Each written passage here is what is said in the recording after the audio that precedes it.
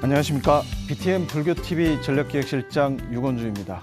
마음을 바꾸는 시간 고인사이드 강연의 문을 열겠습니다. 오늘 고인사이드는 한글날 특집으로 준비했습니다. 2019년 영화 나란말싸미는 한글 창제를 둘러싼 역사 왜곡 논란을 일으키면서 조기 종영되는 아픔을 겪었죠. 과연 영화 나란말싸미는 한글 창제 과정의 역사적 진실을 외면했던 작품이었을까요? 아니면 역사 속에 묻혀 사라질 뻔한 그런 역사적 진실을 다시 드러내는 그런 작품이었을까요? 오늘 고인사이드는 한글 창제와 영화 나란말싸미의 숨겨진 의미를 다시 재조명해보는 그런 시간으로 마련됐습니다. 나란말싸미를 연출한 영화감독 조철현 감독님을 자리에 모시겠습니다. 안녕하세요. 반갑습니다.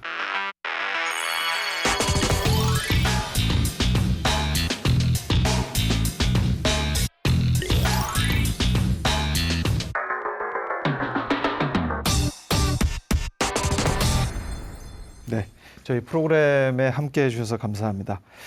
영화가 이제 벌써 개봉한 지 2년 정도가 지난 것 같습니다. 개봉 이후에 역사 왜곡 논란도 있었고 감독님 입장에서는 좀 마음이 복잡한 그런 시간이 아니었을까 이런 생각을 해보는데 어떠셨습니까? 영화를 여러 가지 방식으로 정의할 수 있겠지만 저는 영화는 공감을 위한 대중적 문화상품이라고 생각하는데요. 평상시에 공감을 받지 못했다는 부분에서 있어서는 굉장히 안타깝게 생각하고 있습니다. 뭐 영화 흥행 실패가 사실은 굉장히 제일 안타까운 지점이 아니었을까 이런 생각도 또 드는데, 또 한편으로는 역사 왜곡이라는 이 프레임을 일방적으로 이렇게 매도당했던 이런 점들이 또 마음에 상처가 될 수도 있었다는 그런 생각이 듭니다. 어떠세요? 제가 연출한 영화에 대해서 일부 관객분들이 이 반감을 보였다 해서 제가 그분들의 생각의 차이를 무시하거나 저항할 생각은 없습니다. 네. 그 역시 존중받아야 될 지점이 아닌가 그렇게 생각하고 있습니다. 네. 오늘 강연을 통해서 영화를 통해서 다 말하지 못했던 그런 이야기들 듣고 싶고요. 또 감독님께서 영화를 통해서 꼭 이야기하고 싶었던 여러 가지 맥락의 이야기들 강연을 통해서 들려주시기 바랍니다. 예, 강연 청해 듣도록 하겠습니다. 저는 나라말싸미라는 영화를 만들기 위해서 가장 1차적인 사료라 그럴까요? 훈민정음 해례본을 한 500번에서 1000번 사이는 읽은 것 같습니다. 짧지만 그렇게 감동적인 글은 우리 한국 역사에 없는 굉장히 명문이라고 생각합니다. 한 나라의 지도자인 임금이 백성들을 위해서 하는 행위 중에서 맹간원이 뭘 만든다는 그런 지점하고, 뭔가 하고 싶은 말이 있어도 문자가 없음으로써 문자를 모름으로 해서 그 문자에 실어 펴지 못하는 사람에 대한 안타까움을 표현한 그 부분하고, 서문의 마지막을 다만 편안케 하고자 할 따름이니라 라는 그런 어떤 한 나라의 임금 이전에 어떤 지성인으로서 아주 세련된 표현, 당대 세계 어느 나라의 군주들보다도 어떤 세련된 표현이 아닌가, 늘 그 부분에서는 지금도 다시 읽어보면 감동을 하고 합니다. 세종이 살았던, 그리고 훈민정음을 만들었던 그 시대가 우리 국내뿐만 아니라 세계적으로 어떤 시대였는가, 그 부분에 상당히 주안점을 두고 많은 책들을 읽었던 것 같습니다. 15세기죠. 1443년에서 46년 사이에 만들어지고 정리되고 했던 그 훈민정음, 그 연대가 15세기 중반인데, 15세기 중반이라고 하면은 유럽에서는 포르투갈과 스페인이 이 대항해 시대를 연, 그러니까 아시아, 유럽 이런 나라들이 좀 분리돼서 살았던 시대에서 바닷길을 통해서 결정적인 어떤 지구화, 제1차 글로벌화되는 어떤 시기가 아니었는가. 또 반면에 내면적으로는 그 시대가 제1차 정보혁명이라고 할 만큼 지식이 대중들에게 전달되는 과정의 시작 같은 지점이었다. 동양에서 전파된 인쇄술을 통해서 성경이 다량 복제되고 종래에는 신학적 지식을 사제층이라든지 일부 귀족, 왕족들만 독점했던 성경에 대한 지식이 일반 백성들에까지 널리 퍼지게 되는 계기가 있었고, 우리는 구텐베르크의 인쇄술이라고 알고 있지만 사실은 그 인쇄술은 고려의 금속 활자 인쇄술이었다는 게 근자에 유럽의 연구자들에 의해서 밝혀지기도 하죠. 뭐 15세기 이전, 뭐 12세기, 13세기도 마찬가지지만 이 동양의 이 극동에 있는 이 동양의 끝에, 아시아의 끝에 있는 한국과 굉장히 분리돼 있고 거리가 멀어서 교섭이 없을 거라고 생각하지만 실제로 징기스칸의 유럽 정벌 과정을 통해서 동유럽에서 경주까지 이 1년 안에 다양한 어떤 정보라든지 문화적 유행이 서로 아주 빠른 속도로 오고 갔다라는 그런 기록들이 최근에 많이 발견되고 있습니다. 그래서 저는 세종은 정보에 굉장히 민감했던 사람이 아니냐 그렇게 생각하고 있습니다. 평상시에. 정보에 민감한 이유는 어려서부터 세종은 굉장히 부모들이, 그러니까 태종이라든지 그 윗어른들이 이 건강을 걱정할 정도로 엄청난 독서량을 자랑하는 독서광이었습니다. 지금이야 인터넷이라든지 다양한 매체를 통해서 정보를 받아들이지만 그 당시에 정보란 것은 대체로 책을 통해서 받아들인 인쇄 매체를 통해서 받아들일 수밖에 없었기 때문에 독서를 많이 하는 사람이 정보에 굉장히 예민하다. 그래서 세계적 어떤 흐름을, 그 흐름의 공기를 직간접적으로 정확하게 깨뜨리고 있었던 리더가 아닌가, 지도자가 아닌가, 그런 생각을 많이 하게 됩니다. 결론적으로 제가 생각한 것은 세종이 살았던 시대, 15세기 중반은 전 지구적으로 보면 제1차 정보혁명이 일어났고 제1차 글로벌화가 전개됐던, 그러니까 좀 구체적으로 얘기하면 대항해 시대가 열리고 인쇄술을 기반으로 한 종교혁명이 시작됐던, 그리고 세종께서 그만큼 많은 독서를 통해서 세계사적인 어떤 흐름의 공기를 충분히 감지하고 있었지 않았나. 실제로 실록의 기록을 보면은 세종의 조정에 이 회해인들, 그러니까 이슬람을 믿는 사람들이 이 참여해서 코란을 암송했다. 그리고 세종께서 눈을 감고 그 소리를 지그시 듣고 있었다는 그런 기록도 있습니다. 그래서 조선시대란 것이 우리가 알고 있는 것에 비하면 훨씬 더 국제적인 어떤 교류가 많았고 어떤 세계사적인 정보의 흐름이 충분히 있었던 그런 시대라고 생각합니다. 그래서 제가 개인적으로 세종의 가장 위대한 어떤 그 지점은 그런 세계사적 흐름에 어떤 나라의 어떤 군주보다도 뒤처지지 않고 어찌 보면은 상당히 오히려 앞서가는 그런 어떤 왕이었기 때문에 그렇게 생각하지 않았나. 저는 어떤 한 공동체 리더의 최대 악덕은 시대착오라고 생각합니다. 그 시대의 어젠다를 따라가지 못하는. 그런데 세종이야말로 오히려 다른 나라의 유럽이라든지 다른 지역의 리더와 비교해서도 시대를 앞서갔으면 앞서갔지 뒤처진 임금이 아니다. 그런 면에서 제가 평상시에 조선 왕조 실록을 읽으면서도 그분의 언행을 통해서 세종을 굉장히 존경하는 어떤 지점입니다. 또한 어떤 세종이라는 사람은 그 왕이 되는 과정에서, 왕이 되고 나서 마음의 빛이 상당히 많은 사람이라고 저는 생각했습니다. 왜 그러냐면은 양녕대군이라든지 효령대군, 자기 형들을 어찌 보면 제치고 왕이 되고 셋째 아들로서 왕이 됐고, 또 왕이 되는 과정에서 인척들의 전횡을 막기 위해서 아버지 태종에게서 외가가 역적으로 몰려 처참하게 희생당하는 그 당시에 조선시대 초만 해도 보통 어린애가 태어나서 자라는 과정에서 친가보다는 외가 쪽의 영향을 굉장히 많이 받고 자라는 시대였는데 아마 외가가 그렇게 처참하게 몰락해 가는 과정 속에서 굉장히 정신적인 충격을 많이 받지 않았을까, 상처와. 그리고 처가까지 태종에 의해서 역적으로 몰려 몰락하는 그런 어떤 왕이 되는 과정에서 그런 어떤 엄청난 어떤 일들이 벌어졌기 때문에 가까운 사람들, 가장 가까운 사람들이죠.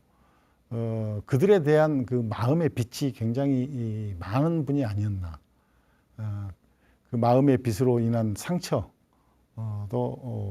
굉장히 컸을 것 같고, 뭐 역사 속에서 보면은 상처받은 인간들의 행로 두 가지로 보통 구분이 되는데 연산군 같은 경우는 자기 어머니가 폐비가 되는 어떤 그런 내용을 알고 되고 그래서 어떤 폐악질을 하는 폭군으로 변신하고 또 오히려 비슷한 경우는 아니겠지만 아픔의 강도에 있어서는 결코 처지지 않을 정도의 상처받은 세종께서는 오히려 자기의 상처 빚을 백성들을 위한 어떤 훌륭한 왕이 되기 위한 어떤 연민으로 승화하는 그런 어떤 역할을 한 그런 과정이라는 게 상당히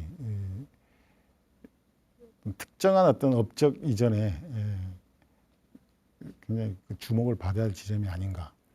또 반면에 세종은 병이 굉장히 많았습니다. 걸어다니는 종합병원이라고 할 정도로 기록에 나온 것만 해도 요즘 같으면 당뇨, 뭐 고혈압, 류마티스, 피부병, 다양한 병들, 안질.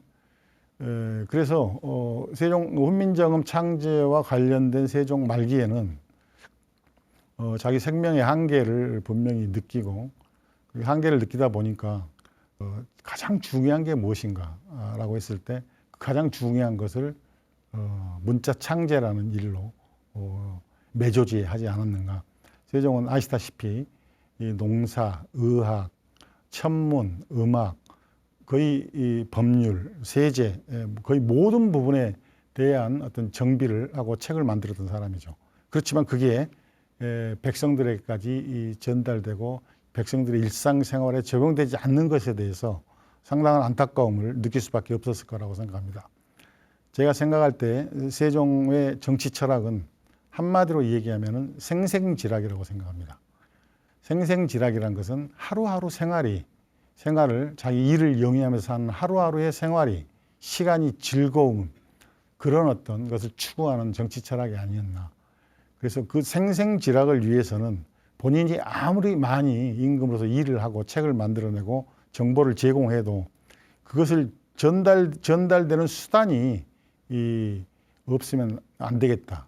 어떤 문자가 일부 한문이나 한문 한자라는 것이 일부 계층에서 독점되고 그 독점이 권력으로 활용되고 하는 그런 과정에서는 자기가 많은 백성들을 위해서 만든 어떤 그런 책이라든지 정보 체계가 전달되지 않을 수밖에 없고 그것을 해소하기 위해서는 문자를 만들어야 된다는 시대적인 어떤 어젠다를 굉장히 절실하게 느꼈던 거 아닌가 그렇게 생각합니다. 그리고 세종이란 분은 실제로 현장을 굉장히 중시했습니다. 아시다시피 세제 개혁이라든지 농업에 대한 책을 쓰는 농사직서를 쓸 때는 현장에서 일하고 있는 시골 노인들하고 직접 인터뷰를 하고 그들의 어떤 평생의 노하우를 일일이 체록해서 그걸 책을 만드는 그 과정에 적용을 한다든지 세제 계획을 하기 위해서는 10여 년 동안 전국을 돌아다니면서 직접 농사를 짓고 세금을 내는 사람들의 의견을 물어본다든지 그런 어떤 철저한 어떤 현장을 중시하고 실제 실무자들을 중시하는 그런 어떤 지도자가 아니었나. 또 한편으로는 신분 계급을 초월한 전문가들을 등용을 했죠. 예를 들어서 장영실 같은 노비 계급의 사람도 등용을 하고 다양한 계층의 다양한 일을 하신 만큼 다양한 계층의 어떤 전문가들을 어찌 보면 일을 하는 과정에서는 계급장 떼고 한다는 말이 어울릴 정도로 신분과 계급을 초월한 전문가 등용이 그분의 굉장히 특징이었던 것 같습니다. 우리는 흔히 왜 세종은 위대한가? 위대한 글자 훈민정음을 만들었으니까 그런 식으로 말을 많이 합니다. 그러나 저는 그거는 하나의 결과론에 불과하다고 생각합니다. 사람이 위대하다는 것, 어떤 그 사람이 만든 어떤 업적이 위대하다는 것은 이런 공통점을 갖고 있다고 생각합니다.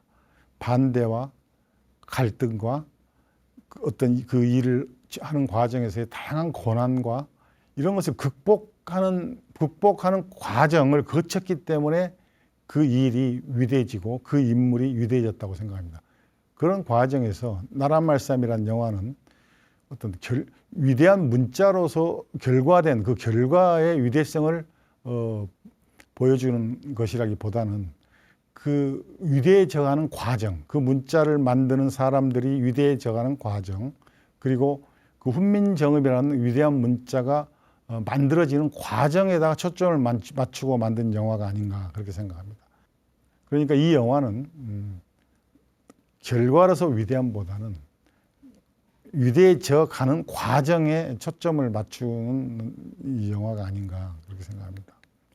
20세기의 우리의 대중적 역사관은 저는 그것을 영웅주의 교과서 역사사관이라고 말하는데요. 망국이 있었고 식민 통치가 있었고 또 해방이 있었고 전쟁이 있었고 또 혁명이 있었고 쿠데타가 있었고 또 산업화 과정이 지난했고 또 독재가 있었고 또 민주화 과정이 있었고 그런 20세기의 전개 과정에서 아마 국민과 국가를 새롭게 세우기 위해서 그런 영웅사관, 그러니까 우리 역사 속에 있는 롤 모델을 추출해서 그를 동상화시키고 해서 그를 추앙하고 존중하고 했던 것은 충분히 절실하게 필요했던 것이고 있을 수 있는 일이라고 생각합니다. 그렇지만 21세기에서는 그런 어떤 결과로서 이미 화석화된 어떤 영웅주의 사관만 갖고는 21세기를 개척해 나가기는 좀 어렵지 않나. 제 평상시의 서관입니다. 그래서 이제는 결과보다는 결과에 방점을 짓고 어떤 사태를 보기보다는 그 과정이 어떤 과정인가, 그 과정의 디테일에 좀 우리가 관심을 많이 가져야 되지 않나. 올림픽 나가서 은메달을 따고 눈물을 흘리고 아쉬워하고 분해하는 그런 어떤 묘한 풍경 같은 것들을 우리가 많이 겪지 않았습니까? 그것이 금메달이라는 세계 최고라는 최고 최대 1등 금메달 그런 어떤 결과에 너무 집착을 하지 않았나 그런 생각이 드는데 앞으로는 그런 어떤 결과를 미리 설정해 놓고 어떤 목표를 위해서 나가는 어떤 행위보다는 그 과정을 즐기고 과정을 연구하고 과정을 이야기하는 그런 어떤 지점에 우리가 좀 초점을 더 맞춰야 되지 않겠나. 그래서 나라말씀이라는 영화는 훈민정음이라는 위대한 어떤 업적을 만드는 그 과정에 방점을 찍고 이야기를 만들지 않았나. 훈민정음 창제에 관해서는 여러 가설이 있는데 세종 단독 창제설도 있고 세종과 그분의 가족들이 같이 창제했다는 설도 있고 또 세종과 불가의 여러 인재들이 협업을 해서 만들었다는 그런 가설도 있습니다. 근데 제가 생각할 때 우리 한국 문명의 특징은 극한의 융복합에 있다고 생각합니다. 예를 들어서 삼국시대 에밀레종이라든지 불국사라든지 석굴압이라든지 고려시대 고려 청자라든지 팔만대장경이라든지 금속 인쇄술이라든지 급기야는 훈민정음까지 이런 어떤 우리가 세계 어디에다 내놔도 자랑스러운 이런 업적들, 유산들은 우리 고유의 것만 가지고 되는 건 아닙니다. 흔히 문화가 그렇듯이 문명이 그렇듯이 문화나 문명은 늘 흐르는 거죠. 외부에서 받아들이는 다양한 어떤 요소들을 우리 특유의 융복합 방식으로 극한에까지 밀고 나가서 만든 걸작들이 우리 한국 문명의 위대한 업적들이 아닌가.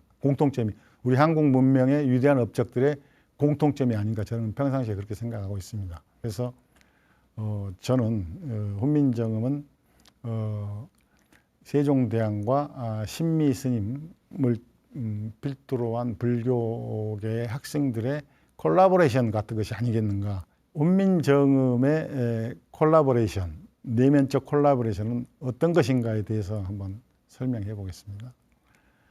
우리는 흔히 훈민정음은 천재적인 왕인 세종의 천재적인 재능과 영감에 의해서 어느 날 갑자기 만들어진 위대한 문자라고 알고 있습니다. 1446년 9월 29일자, 9월 말일자 조선 왕조실록에 정인지가 기록해낸 어떤 그 내용에도 정음 지작은 무소조술이고 이성어 자연이다, 이렇게 써 있습니다. 훈민정음을 만든 것은 이전에 지어진 그 어떠한 어떤 이론이나 거기에 의지한 바가 없다. 어느 날 갑자기 자연스럽게 만들어진 것이다. 그 자연스럽게 만들어졌다는 것은 하늘이 내신 성인 군주인 세종이라는 어떤 그런 누구하고도 비교할 수 없는 성인 군주인 세종의 어떤 그 천재적인 어떤 능력에 의해서 자연스럽게 만들어진 것이다, 그렇게 기록을 하고 있습니다. 군주의 업적을 기록하는 어떤 방식으로서는 얼마든지 가능한 서술 방식이라고 생각합니다. 그러나 이제 21세기에 와서 조선 왕조실록을 그 문자 그대로 사실이라는 기록으로만 읽을 필요는 저는 없다고 생각합니다. 역사서를 읽는 방법은 두 가지가 있다고 생각하는데, 쉽게 얘기해서 문장을 그대로 따라가면서, 그러니까 역사의 기록을 텍스트로 인정하고 읽는 방법과 그 문자와 문장의 행락 속에 스며 있는 맥락을 추출하고 해석하는 그 방식이 있다고 생각하는데, 영화 나란 말싸미는 조선 왕조실록에 기록된 훈민정음에 대한 기록을 문자 그대로 인정하고 만든 그런 영화가 아니고, 그 다양한 어떤 그 방증 자료라든지 실록의 기록의 행간, 맥락, 그런 것을 추출해서 그것을 스토리화한 영화라고 저는 생각하는데, 이런 말이 있지 않습니까? 텍스트는 왕이다. 문자로 기록된 것이 왕이라는 것이죠. 그렇지만 콘텍스트, 그 문자 기록 이면에 있는 행간에 있는 맥락은 신이다. 이런 말도 약간 과장이 있는 말이기도 하죠. 그렇지만 한번 음미해 볼 필요가 있는 말이라고 생각합니다. 훈민정음이 역사적으로 어떤 과정을 거쳐서 만들어졌는지에 대해서 간단하게 한번 살펴보겠습니다. 훈민정음에 사용이 된 음문학적 이론은 이미 BC 5세기 이전에 인도에서 파니니 문법을 통해서 충분히 정교하게 정리된 것들입니다.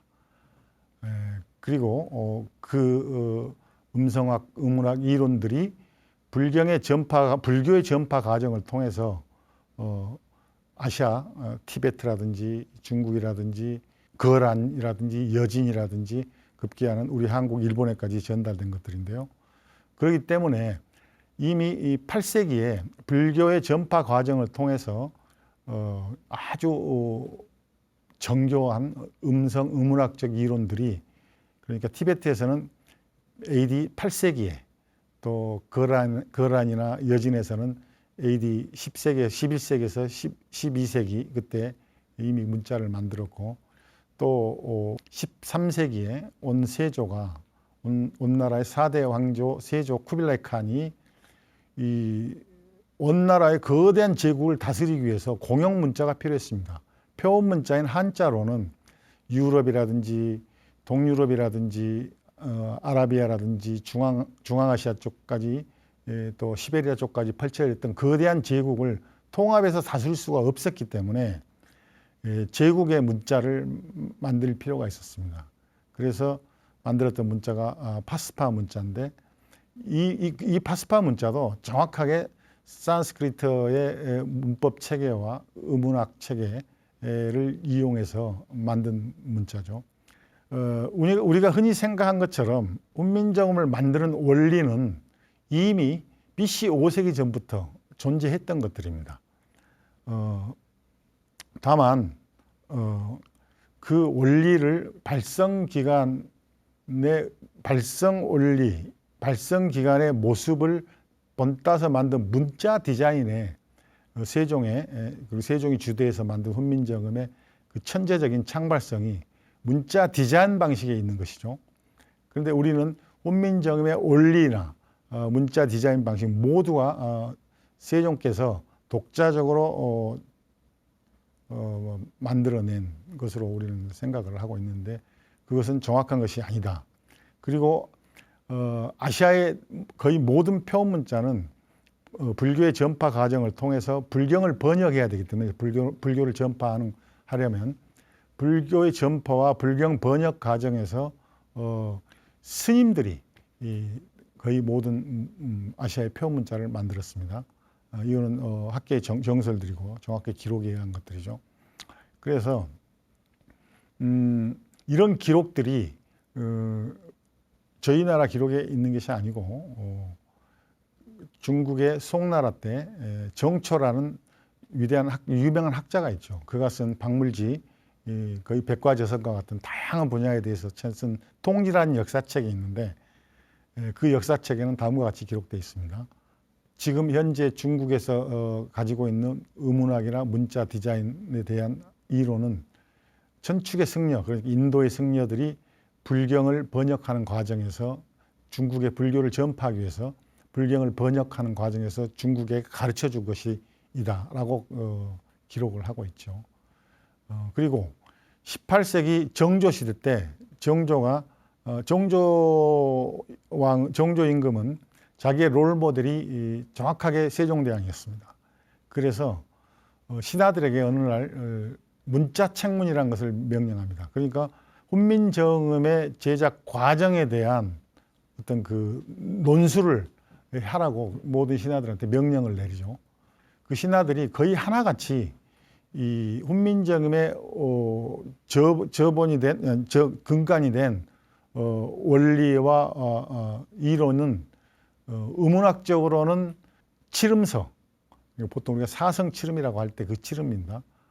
칠음서를 들었고 문자 디자인학적으로는 그 통지에 나온 육설약을 근거로 거의 모든 정조 시대의 학자와 신하들이 훈민정음의 창제의 이론적 배경으로 칠음서와 육설약을 들었는데 그 칠음서와 육설약은 정초의 고백에 통지를 쓴 송나라 정초의 고백에 의하면 천축의 승려, 인도의 승려로부터 배운 것이다. 이렇게 기록이 되어 있습니다.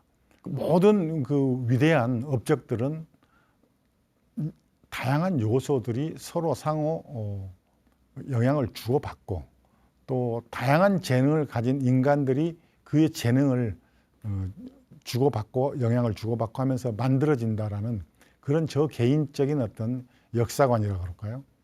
요즘 그런 것들은 대중예술계에서 콜라보라는 말로 통용이 되고 있는데 저는 콜라보야말로 21세기가 반드시 그 모든 일을 할 때 근간으로 삼아야 될 그런 기제가 아닌가.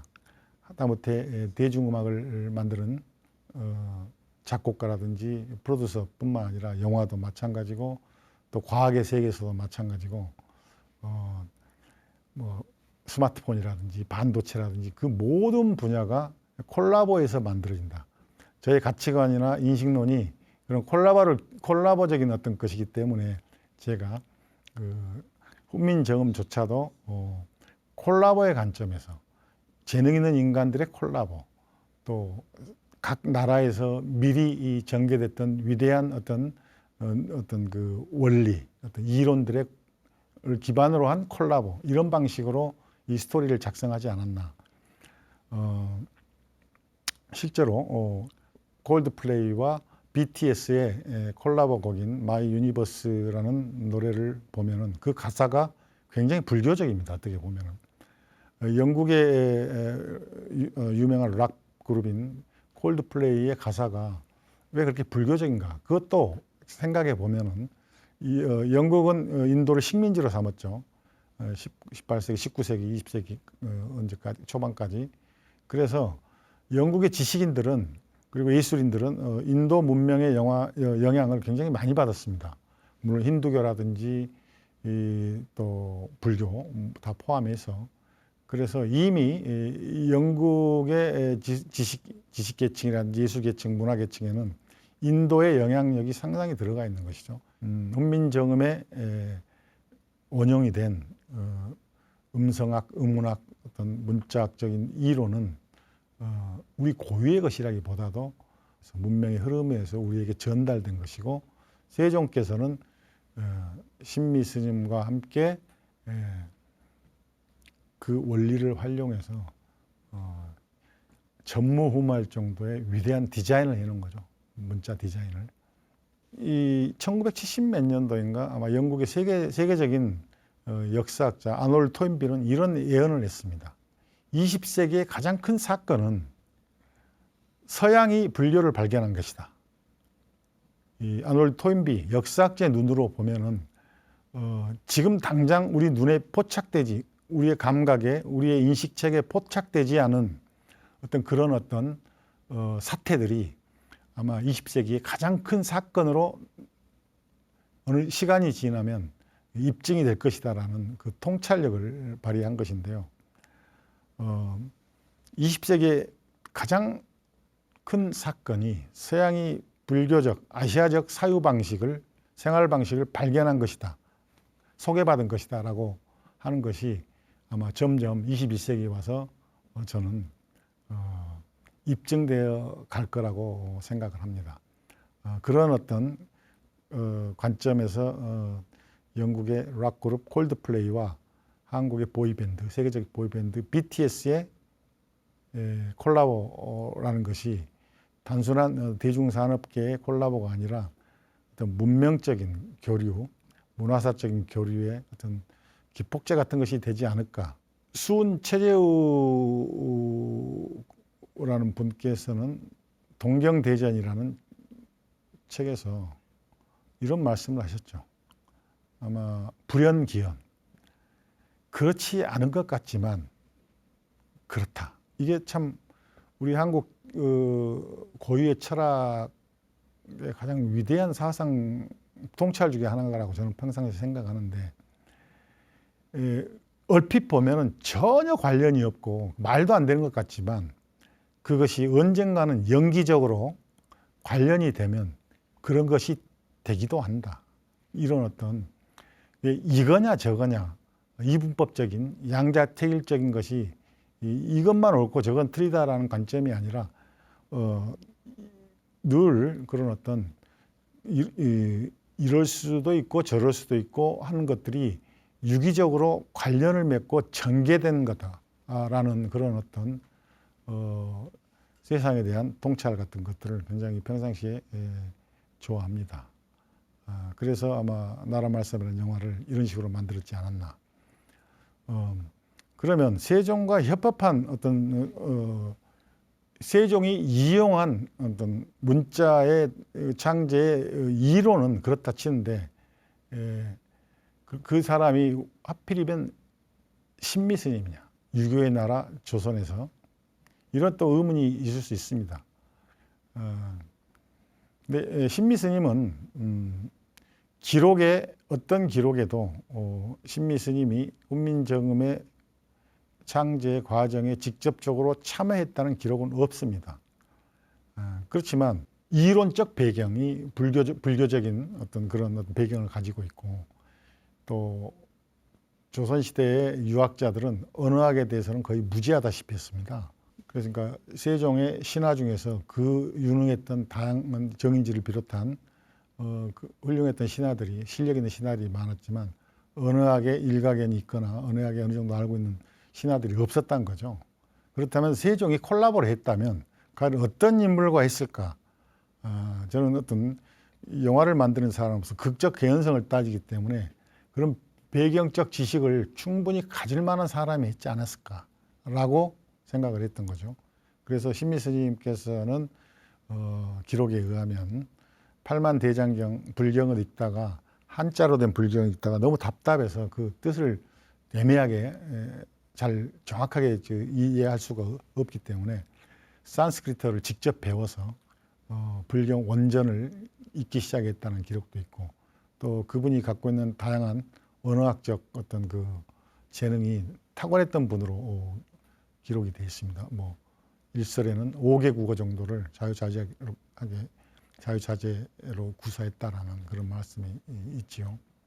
그래서 그리고 신미 스님께서 운민정음 창제 과정에 직접 참여했다는 기록은 없지만 세종 사후에 강경도감이라는 어떤 그 강경도감이라는 도감이라는 것이 어떤 일을 하는 어떤 그런 기관이죠. 기관을 통해서 불경의 우리말 언해 작업, 번역 작업을 주도했고, 그리고 운민정음 창제 후 운민정음을 실험하기 위해서 만들었던 석보상절이라든지 월인청강조곡이라든지 월인석보라든지 그런 어떤 우리 고유의 불서들을 만드는데 주도적으로 참여했던 기록들이라든지 능엄경, 뭐 금강경, 오가의 다양한 어떤 불경들을 우리말로 언해하는 데 주도했다든지 그런 어떤 기록들로 봤을 때 불경을 우리말로 언해할 때의 그 언해된 그 훈민정음이 이 동국정운에 기록된 의문서와 너무 정확하게 적확하게 일치한다든지 이런 어떤 여러 가지 상황들을 봤었을 때 세종과 콜라보를 했을 법한 가장 어떤 개연성이 있는 인물이 아니냐. 저는 그렇게 생각해서 세종과 신미 스님의 콜라보로 이 스토리를 짰고요. 개인적으로 그런 개인적인 생각입니다.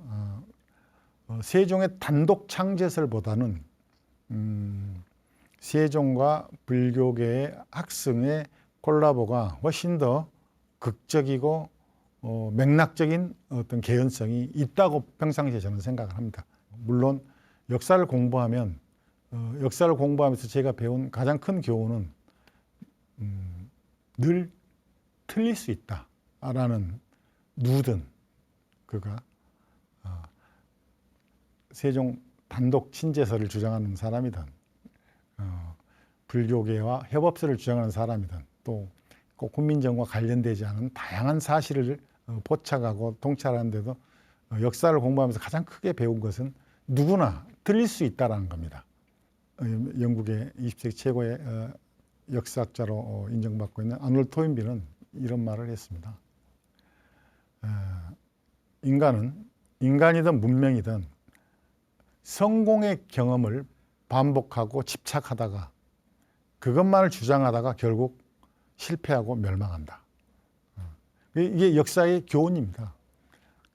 그러니까 우리가 교과서적으로 역사를 배우고 그런 교과서 역사 지식을 통해서 우리의 역사에 대한 통념, 역사적 인물이라든지 역사적 업적에 대해서 통념을 우리 마음 안에 장착을 한번 하면은 그것을 바꾸기가 굉장히 어렵습니다.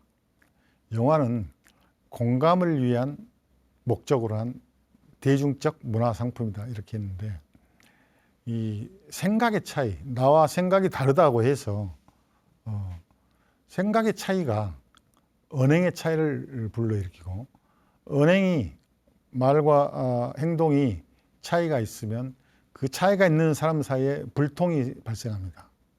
그리고 그 불통은 갈등화되고 갈등이 심화되면 결국 마음의 전쟁이 되고 또 실제 전쟁이 일어나기도 하죠. 그래서 한 사람의 일상이든 또 한 나라나 한 문명의 역사든 늘 왜곡의 현상이 다양한 이유로 발생한다고 생각합니다.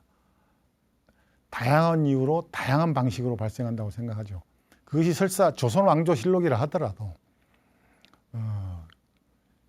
그것은 사실 그 자체를 하나도 틀림없이 기록한 기록이 아니라 누군가에 의해서 어떤 입장에서 어떤 목적으로 한 기록이기 때문에 그 안에 왜곡이 있을 수가 있고 어떤 조작이 있을 수가 있다. 그렇게 평상시에 늘 생각합니다. 그리고 제가 제 마음을 봐도 초등학교 때 일기를 쓰던 어린아이의 마음을 봐도 있는 그대로를 그대로 기록할 수 없습니다. 인간의 서사 방식이라는 것은 그것이 문자와 문자를 기반으로 한 인간의 사유와 그 사유를 기반으로 한 인간의 기록 방식, 서사 방식의 한계 같은 것이죠. 그래서 그런 어떤 왜곡 현상이 근본적으로 우리의 인식 체계와 서사 체계 속에 상존하고 있다는 것을 기반으로 하지 않은 그런 통찰을 기반으로 하지 않는 어떠한 생각이나 행동이나 기록도 리얼리티가 없다고 생각합니다. 그래서 다른 생각을 가지고 만든 자기가 구축하고 있는 통념과 지식과 정보와 다른 어떤 것들을 가지고 기반으로 해서 만든 어떤 문화 상품이든 어떤 물건이든 거기에 대해서 다른 의견을 말씀하는 것은 나는 좋다고 생각합니다. 있을 수 있고. 그렇지만 그것이 증오와 멸시에까지 이른다면 그건 약간 강박이고 또 그 강박을 기본으로 한 억압이 아니냐. 그런 어떤 방식으로는 다양한 문화가 꼽힐 수 없지 않을까 이렇게 평상시에 생각을 합니다.